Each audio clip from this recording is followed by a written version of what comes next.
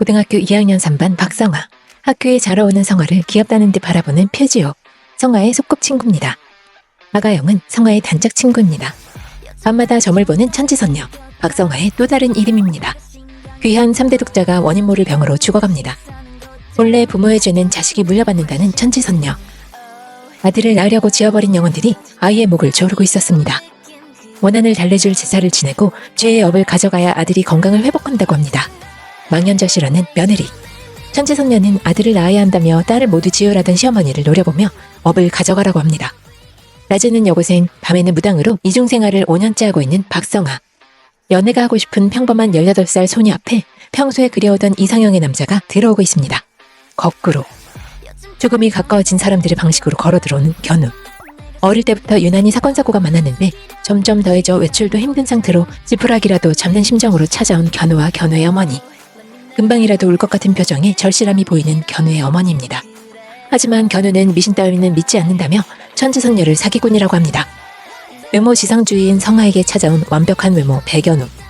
신이 모든 옵션을 외모에 몰빵해서 만든 탓에 외모에 진심인 성아는 첫눈에 반해버립니다. 그런데 법당 안으로 거꾸로 걸어들어온 배견우. 그냥 죽게 할 수 없는 외모를 가진 견우를 살리기로 맘먹습니다. 드라마는 원작과 다르게 견우가 할머니와 둘이 살고 있는 것으로 나오죠. 웹툰에서 견우는 엄마와 함께 둘이 살고 있는 것으로 나옵니다. 견우를 살리는데 모든 것을 쏟아부은 어머니는 용하다는 점집은 모두 찾아다녔지만 변하는 게 없었어요. 심지어 이해하지 못하는 견우의 아버지와 이 일로 가정에 불화까지 생기게 됩니다. 그래서 무당을 사기꾼이라고 생각했던 견우는 성아에게 사기꾼이라며 쉽게 돈 벌어먹고 살면 좋냐고 소리치고는 법당을 나갑니다. 그런데 다음날 견우가 성아의 반으로 전학을 오게 되고 견우가 가는 곳마다 귀신들이 들러붙을 정도로 애군을 불러들이지만 그럴수록 성아는 견우를 구해야 한다는 사명감을 느끼게 되고 견우의 주위를 맴돌게 됩니다. 과거에 견우에게 다가오면 친구들이 불운을 겪었던 경험 때문에 사람을 멀리하는데 성아 역시 차갑게 대하며 더욱더 멀어지려 합니다. 이에 아랑곳하지 않고 견우를 살리기 위해 몰래 부적을 써서 가방에 넣어놓고 거머리처럼 그의 곁에 착 붙어서 그를 보호하는 성아. 수학여행에서는 성아가 견우를 더욱더 밀착마크해서 응임하기를 하고 견우는 조금씩 성아에게 마음을 열어갑니다. 사실 이전 학교에서 자신에게 처음으로 다가와줬던 친구가 교통사고를 당해 크게 다치게 되는데요. 견우는 자신에게 일어나는 온갖 불행보다 자신으로 인해서 주위 사람들이 다치는 게 더 견디기 힘든 따뜻하고 여린 사람이었습니다. 그래서 다가오는 친구들을 모두 밀쳐냈던 견우. 그의 조각같은 외모에 기운을 충전하며 애군을 막아내는 성아. 견우는 성아를 만난 이후부터 신기하게 편안하고 평범한 일상을 보내기 시작하고 그것이 참 오랜만에 느끼는 감정이라서 처음으로 평범해졌다는 느낌에 성아에 대해 마음을 열게 됩니다. 그동안에 자신의 행동을 사과하고 친구가 되는 둘. 그런데 성아가 죽을 운명의 견우를 살려내면서 견우를 피해간 애군들이 성아에게 조금씩 쌓이게 되고 일하랴 공부는 안 해도 학교 가랴 안 그래도 부족한 잠 쪼개가며 견우를 위한 부적 쓰랴 과로한 성아는 한계에 부딪히게 됩니다. 그 틈을 타 견우가 교통사고를 당해 의식을 차리지 못하게 되는데 사실 견우의 방패막이 역할로 자신의 온몸을 바쳐 견우의 애군을 막고 있었으니 사라지지 않고 있던 애군들이 틈이 생긴 때 견우를 향했던 것이었습니다. 성아는 자신이 잠시 소홀했던 탓이라 자책하며 견우의 병실에서 무리를 해가며 구슬합니다. 하지만 그럴 몸 상태가 아니었던 성아는 쓰러지고 지호의 안내로 신어머니가 쓰러진 성아를 대신해 견우를 짓누르고 있던 귀신을 해치웁니다. 친부모로부터 성아를 지켜줬던 신어머니는 유일하게 성아가 믿어왔던 강한 어른이었습니다. 견우를 몰래 지켜주는 것에 한계를 느끼던 성아. 자신이 무당이라는 사실을 밝히고 더 빈틈없이 견우를 지켜주려고 했지만 견우는 견우대로 가세가 기울 정도로 서거한 무당이란 존재를 너무도 증오한다는 생각을 밝혔기 때문에 성아는 자신이 천지선녀라는 것을 말하지 못합니다. 그런데 견우와 함께 도서실에 갔다가 쓰러진 성아. 이런 일이 생길 줄 알고 성아는 지호에게 이모들에게 연락해 법당으로 옮겨달라고 미리 말을 해놨었는데요. 성아가 걱정된 지호와 그를 뒤따라온 견우는 성아가 천지선녀라는 걸 알게 됩니다. 법당 밖에서 성아와 지호의 대화로 성아가 온몸으로 자신의 애군을 막아주고 있었다는 것을 알게 되고 견우 대신 죽을 수도 있다는 것을 들은 견우는 성아에게 자신이 피해를 줬다는 사실 때문에 전학을 가기로 합니다. 성아는 견우가 버스를 타고 가다가 죽는 예지몽을 꾸게 되고 또 견우를 구하러 가게 됩니다. 사실 견우는 성아를 만난 후로 이상하리만큼 평온해져서 처음으로 죄책감 없이 평범하게 누군가의 곁에 있을 수 있겠다고 기뻐했는데 그게 모두 성아의 희생 덕분이란 걸 알게 되고 견디기 힘들어졌던 것이었습니다. 다행히 버스터미널에서 만난 견우와 성아. 성아는 내가 널 좋아해서 내 멋대로 너를 지켜준 거라고 고백하며 내가 널 지켜줄 테니 넌 내 곁에 있으라고 합니다. 매번 남자만 지켜주는 게 익숙했던 스토리에서 여자가 지켜주는 너무나도 매력적인 성아. 견우도 그런 성화에게 좋아한다고 고백합니다. 견우가 성화의 진심을 알아볼 수 있게 돼서 정말 다행입니다. 그렇게 두 사람이 사귀면서 앞으로 힘든 일이 생기면 꼭 함께하기로 약속하고 평온하고 풋풋한 사랑을 시작합니다. 그러던 어느 날 기사 하나가 뜨게 되고 기사의 제목은 무속인 천지선녀의 정체. 성화의 곁에 머무는 공기 같은 존재 표지호. 그를 짝사랑하는 아영. 하지만 지호는 오랫동안 성화를 좋아해왔습니다. 하지만 성화에겐 시구 같은 지호. 자연스레 아영의 눈에 성화가 가시처럼 보입니다. 성화의 이중생활을 알게 된 아영이는 성화가 천지선녀라는 증거를 기자에게 제보합니다. 자신의 신분이 들통날까봐 이메일을 사용했는데요. 이때 성화의 친부모가 등장합니다. 성화가 어렸을 때 귀신을 보는 것을 인정하지 않았고 성화가 신병으로 쓰러지고 나서 1년이 지난 후에야 지금의 성화의 신어머니를 찾아갔던 것입니다. 아이는 1년이나 아팠는데 고생은커녕 면품백에 윤이 나는 부모의 얼굴을 본 무녀 동천장군은 성화를 신딸로 거두게 됩니다. 그런 성화를 무녀에게 맡기고 잊고 사는 듯 찾아오지도 않았던 성화의 부모. 성화가 돈이 된다는 사실을 알고 어린 성화를 방송에 내보냈고 성화는 신묘하게 잘 맞추는 천지선녀로 유명세를 타게 됐었습니다. 하지만 6년 후 성화의 친모가 방송을 위해 만들어낸 거짓말들이 드러나면서 시청자의 비난은 어린 성화를 향했고 그렇게 천지선녀는 TV 속에서 사라졌던 것이었습니다.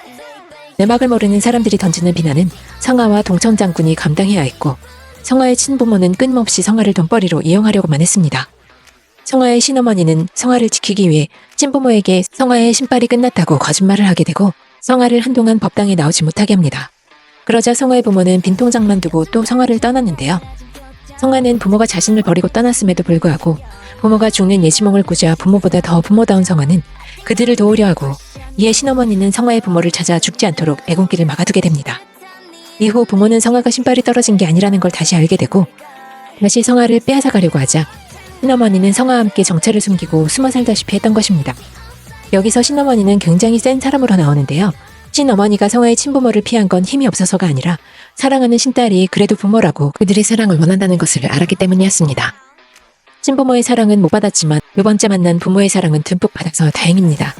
성화가 천지선녀라는 사실과 몇 년 전 언론에서 떠들썩했던 아기무당이란 사실이 밝혀지자 학교 친구들은 성화를 보고 수군거립니다. 부모란 사람들은 어린 자식 등에 빨대를 꽂고 돈벌이 수단으로 대하다가 쓸모없어지니까 다시 버리고 딸이 천지선녀로 돈을 많이 벌었다는 것을 알게 되자 다시 성화를 찾아왔던 남보다 못한 사람들. 성화를 낳은 엄마란 사람은 기자를 만나 동천장군에게 딸을 빼앗긴 거라며 내부하는 파렴치한 짓까지 합니다. 참아줄 필요가 없던 사람들에게 성화를 봐서 인내했던 신어머니는 성화의 친모와 기자 모두를 땅에 파묻습니다. 강인한 신어머니에게도 아픔이 있었는데요.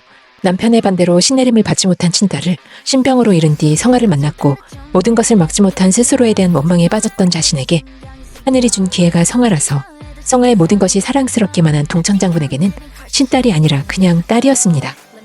하루는 신당에 레이스가 달린 옷을 입고 온 꼬마의 옷에 눈이 팔린 성화를 위해 레이스가 가득 달린 예쁜 잠옷을 사줬던 동천장군.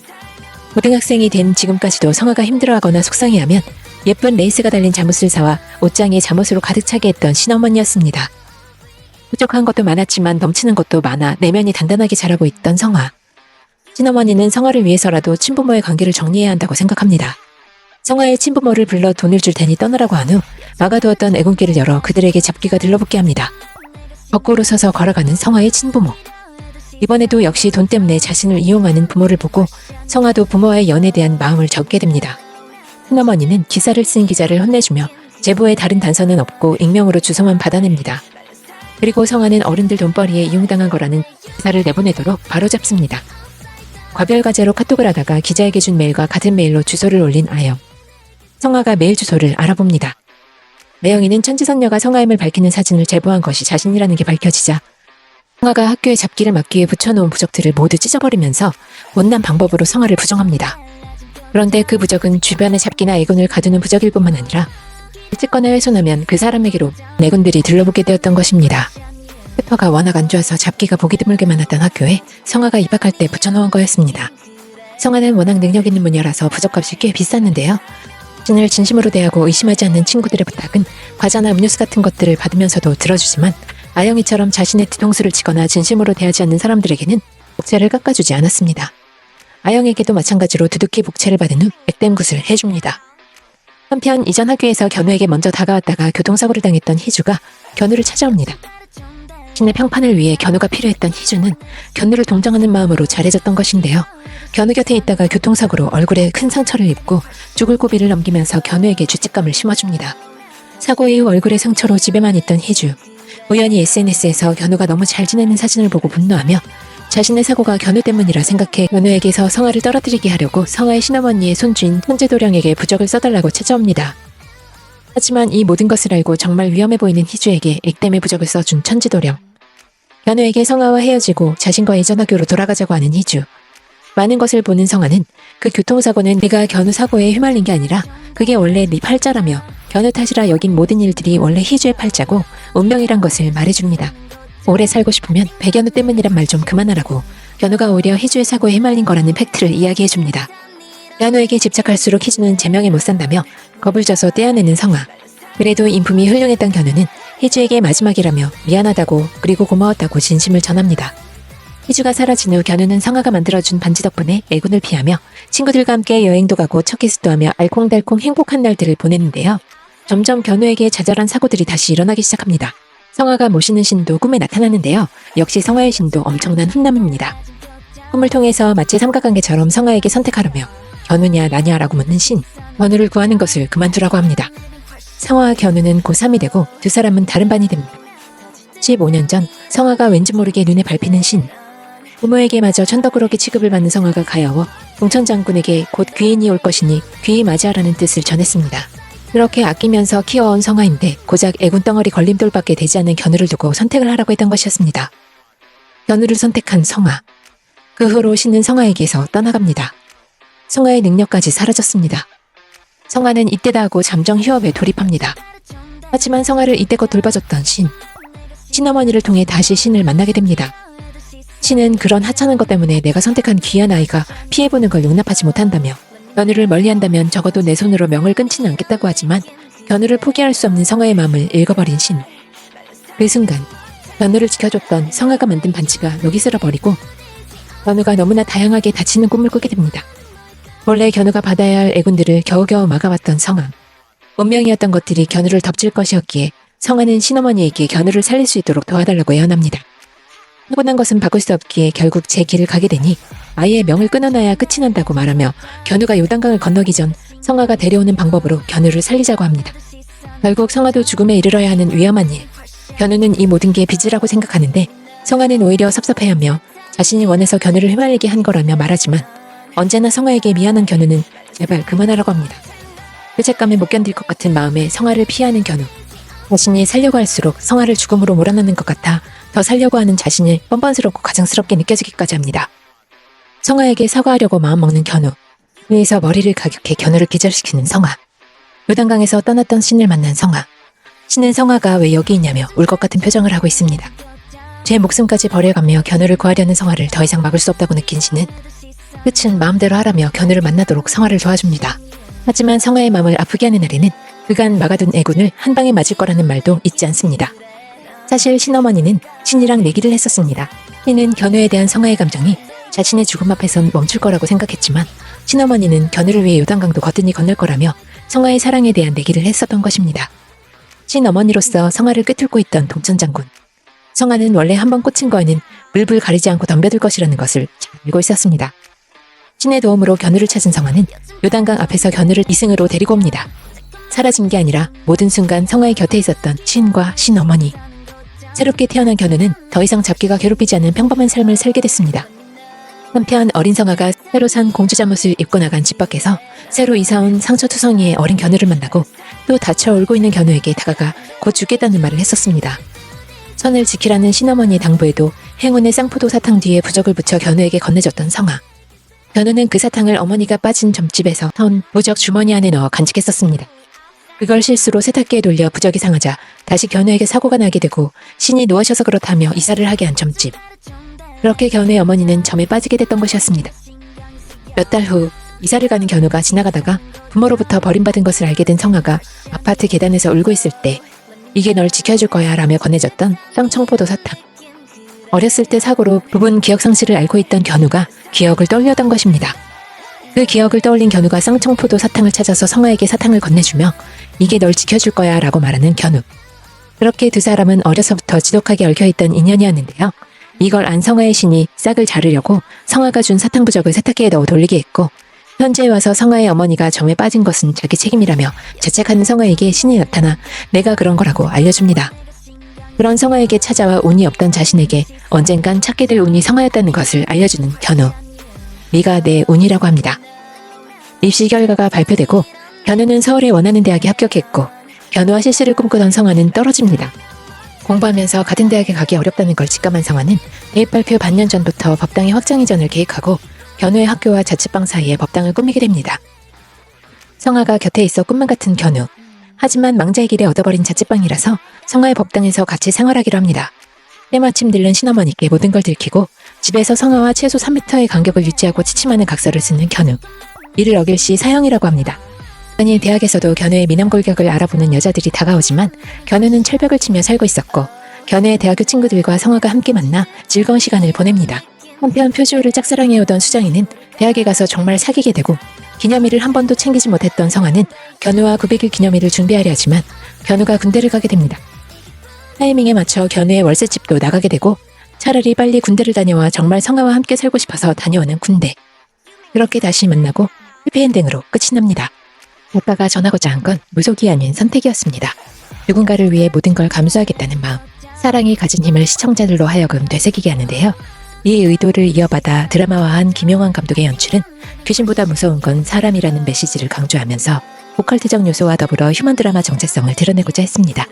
절대 포기하지 않는 박성화를 중심으로 여주인공이 남주인공을 구원하는 기존 스토리들과는 역전된 구도를 통해 신선함과 주체적인 여성상을 보여주고자 했습니다. 이 작품의 필수 요소는 매력적인 남자 배우인데요. 백연우 역의 추영우에 대해 만화를 찍고 나온 듯한 피지컬과 목소리, 동물적인 감각의 연기를 극찬하며 성화가 첫눈에 반해야 한다는 전제에 완벽히 부합했다. 추영우는 이번 작품을 통해 국민 첫사랑이 될 것 같다고 밝혔습니다. 여자 주인공인 박성화 역의 조희연 배우는 무속 장면의 리얼리티를 위해 실제 무속 전문가와 3개월간 연습하며 디테일을 살렸습니다. 개인적으로는 무조건적인 사랑의 감사함을 되새기는 작품이었습니다. 픽플을 구독해주신 분들께 진심으로 감사드립니다.